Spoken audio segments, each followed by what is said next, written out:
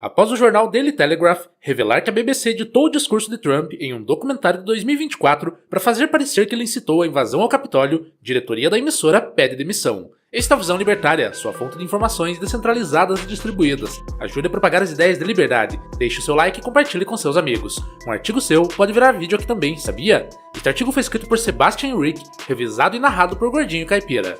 Se alguém ainda acreditava na velha história de que a imprensa pública é garantia de imparcialidade, essa crença certamente deve ter desmoronado nos últimos dias. O motivo? Um escândalo vindo diretamente da terra do chá e do Mr. Bean colocou a poderosa BBC de joelhos diante da opinião pública. Tim Davie, diretor-geral da emissora britânica desde 2020, anunciou sua renúncia após vir à tona que um documentário sobre Donald Trump havia manipulado trechos de um discurso do então presidente dos Estados Unidos. A gravação, exibida no tradicional programa Panorama, uniu partes distintas de uma fala de Trump, dando a entender que ele havia incentivado diretamente os protestos no Capitólio em janeiro de 2021. O resultado foi desastroso, uma onda de críticas, acusações de fraude e, por fim, a demissão não apenas de Davie, mas também da diretora executiva de notícias, Deborah Turnes. A história seria apenas mais um capítulo vergonhoso da mídia tradicional, se não fosse o tamanho e a importância da mídia envolvida. A BBC é há décadas apresentada como grande exemplo de jornalismo neutro, responsável e civilizado. A emissora pública, que segundo seus defensores, serve à verdade e não a governos ou corporações. O problema é que essa suposta pureza ética vem acompanhada de um detalhe incômodo. O financiamento da BBC é compulsório. Os cidadãos britânicos são obrigados a pagar uma taxa anual, o famoso TV License, sob a pena de multa e até prisão. Ou seja, o espectador é coagido pelo Estado a bancar a emissora que, em troca, promete imparcialidade.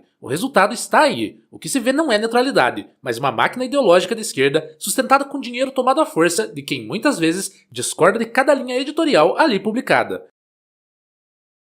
No caso mais recente, a manipulação de um discurso presidencial serviu para reforçar a narrativa de que Trump seria o grande vilão da democracia ocidental, uma história conveniente para o establishment global que há anos tenta colar em todo político de direita o rótulo de autoritário, enquanto bajula tiranias de esquerda mundo afora. A secretária de imprensa de Trump, Carolina Leavitt, reagiu chamando a BBC de, abre aspas, 100% fake news e máquina de propaganda, fecha aspas. Dificilmente haveria uma descrição mais precisa. A emissora, que vive alardeando seu compromisso com a verdade e a checagem de fatos, foi pega justamente fabricando uma mentira. É quase poético. Mas nada disso deveria causar surpresa. A esquerda, essa mesma que se diz guardiã da razão e da ciência, é perita em acusar os outros daquilo que ela própria faz. Se há algo que os últimos anos nos ensinaram é que o progressismo moderno funciona como um espelho distorcido. Tudo que ele diz combater é, no fundo, o que mais pratica. A mídia esquerdista acusa Trump de espalhar fake news, mas é ela quem as produz em escala industrial. Aponta o dedo para as redes sociais, chamando-as de espaços de desinformação, mas vive de manipular imagens, cortar contextos e construir narrativas falsas.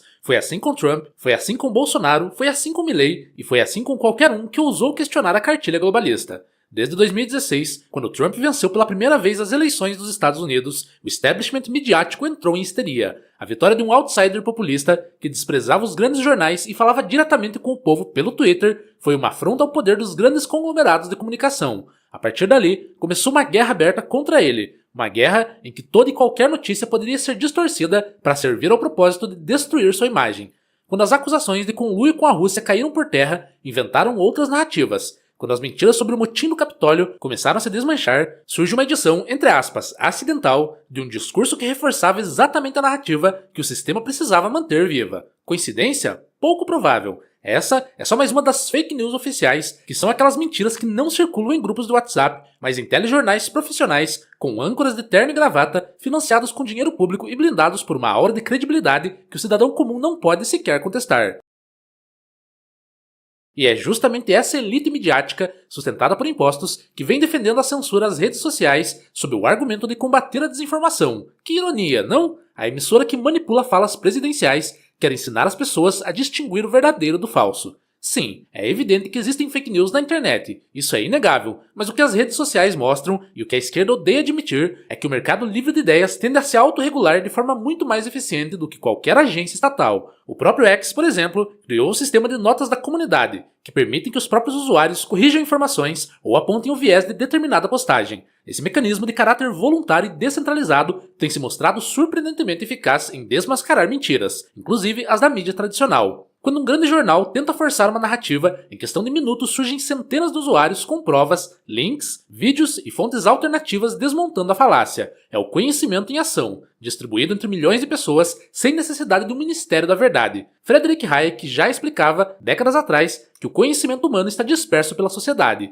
Nenhuma autoridade central, muito menos uma emissora estatal, é capaz de reunir toda a informação necessária para determinar o que é verdadeiro ou falso. O que funciona, segundo o economista austríaco, é o processo espontâneo de descoberta que ocorre quando indivíduos livres interagem e compartilham dados, experiências e percepções. Em outras palavras, a verdade é um produto do livre mercado e não da coerção estatal. As redes sociais, com todos os seus defeitos, materializam essa ideia. São imperfeitas, mas são orgânicas. Erram, mas corrigem rápido, e o que o caso da BBC prova é justamente o oposto. Quanto mais centralizado o controle da informação, mais lenta é a correção e mais devastadora é a mentira. A BBC demorou dias para reconhecer o erro de edição, e só reconheceu porque o jornal Daily Telegraph expôs a farsa, que havia ocorrido em 2024. Mesmo assim, a BBC tentou minimizar o problema como se fosse um deslize técnico e não uma fraude intelectual. Enquanto isso, milhões de pessoas assistiram ao documentário adulterado, absorveram a narrativa e reforçaram suas convicções sobre Trump como um incitador de violência. O dano está feito. É o mesmo tipo de manipulação que vimos incontáveis vezes no Brasil, protagonizada pela Globo e suas semelhantes. Lembre-se, por exemplo, do episódio recente em que a apresentadora Daniela Lima, da Globo News, afirmou ao vivo que a Polícia Federal havia apreendido um computador da ABIN na casa de Carlos Bolsonaro. A informação era falsa, pura e simplesmente falsa. A própria jornalista precisou reconhecer o, entre aspas, erro horas depois, após ter espalhado a mentira para milhões de espectadores. Mas claro, o estrago já estava feito. Quantas pessoas até hoje acreditam que o filho do ex-presidente tinha equipamentos secretos da agência de inteligência em casa? Quantas manchetes retificadas ganham o mesmo destaque que as falsas? Nenhuma. Essa é a vantagem da esquerda. Ela mente em rede nacional, pede desculpas sussurrando e segue adiante como se nada tivesse acontecido. E aqui está o ponto central. Por que diabos alguém deveria ser obrigado a pagar por isso? Porque cidadãos pacíficos precisam financiar com o fruto do seu trabalho conglomerados de mídia que os desprezam, que distorcem fatos e que atuam como porta-vozes de regimes podres. Ah, mas o financiamento público garante independência editorial. Ora, a BBC é a prova viva de que isso é mentira. A Globo, beneficiária de incontáveis verbas estatais ao longo de décadas, é outro exemplo escancarado. E o que essas emissoras têm em comum? Ambas são sustentadas com dinheiro tomado coercitivamente e ambas promovem pautas alinhadas à esquerda, defendendo governos estatizantes e atacando qualquer voz dissonante. Do ponto de vista libertário, o ideal seria simples. Cada veículo deve se sustentar exclusivamente com recursos voluntários. Quer ter um jornal progressista? Ótimo! Que o financiem seus leitores e anunciantes. Quer fazer um canal conservador? Maravilha! Que o mantenham os telespectadores que o apreciam. O problema não é a existência de vieses. O problema é ser forçado a bancar o viés alheio. Nenhum libertário sensato defende uma imprensa sem opinião. O que defendemos é uma imprensa livre de coerção financeira. O que faz da BBC uma aberração moral não é seu posicionamento ideológico, mas o fato de que ela o faz usando o dinheiro de quem é obrigado a sustentá-la. E há um elemento ainda mais perverso nesse modelo. A mídia estatal não apenas mente, mas o faz com a autoridade de quem se proclama oficial. Quando a BBC distorce um discurso, isso é tratado como uma simples falha jornalística. Quando um canal independente comete um erro, é acusado de fazer fake news. Por isso, é profundamente injusto que o cidadão britânico seja punido se não pagar a taxa da BBC. É também injusto que o brasileiro veja parte de seus impostos financiar veículos como a ABC ou emissoras privadas que vivem de verbas públicas e publicidade estatal. E é igualmente imoral que essas mesmas empresas usem seus recursos para defender governos corruptos como o de Lula, ou para atacar quem ousa se opor ao status quo. O dinheiro público, no fim das contas, é transformado em combustível para propaganda ideológica.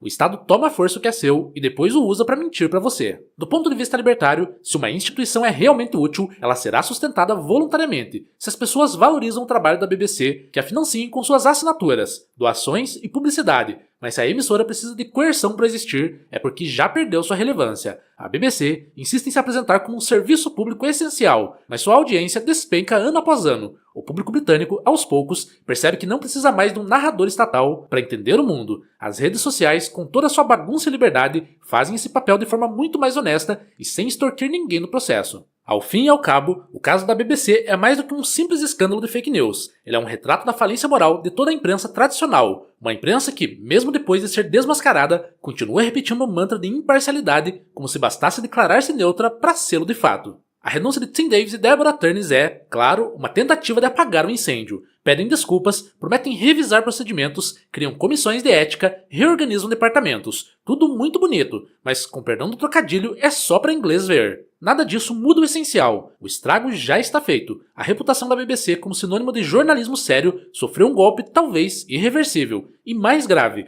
o dano causado à imagem de Donald Trump e à percepção pública dos fatos de 6 de janeiro dificilmente poderá ser revertido. O caso deixa claro mais uma vez que a verdadeira ameaça à liberdade não vem das redes sociais, mas dos monopólios de informação. Enquanto o cidadão comum é censurado por postar um meme, gigantes estatais de mídia fabricam mentiras com recursos públicos e continuam impunes. Essa é a hipocrisia do sistema, e é por isso que o libertarianismo insiste em bater na mesma tecla. Liberdade de expressão de verdade só existe quando o poder de falar é distribuído e não centralizado. A BBC pode pedir desculpas quantas vezes quiser, pode trocar diretores, demitir funcionários, revisar manuais de conduta. Nada disso muda o fato de que seu pecado original permanece. Ela é financiada pela coerção, e enquanto for assim, continuará servindo ao mesmo senhor, o Estado, e não a verdade. Obrigado pela audiência. Este é um canal colaborativo. Participe você também. Cadastre-se agora mesmo em nosso site visãolibertaria.com e envie os seus artigos por lá. Os colaboradores recebem recompensas em Bitcoin. Inscreva-se no canal e clique no botão da campainha para ser avisado de novos vídeos. Até a próxima!